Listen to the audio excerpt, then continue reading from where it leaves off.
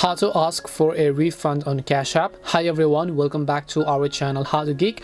In today's video I will simply guide you through the steps on how you can basically ask for a refund on Cash App, so make sure to watch the video till the end. So let's say that you sent a money to someone, you happen to accidentally send it, or you basically made a wrong transaction and now you want to refund your money. Well, keep in mind that this process is actually quite difficult because only the Cash App and the recipient has the permission to refund your money. So the first thing you can do is simply go ahead and then actually open up Cash App.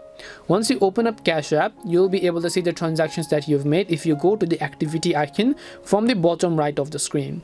And then over here you will see all the transactions you've made. When you tap on the transaction, you will find the option called report and issue button. And when you tap on report and issue, you can follow the instructions to ask for a refund. This is one way to do it.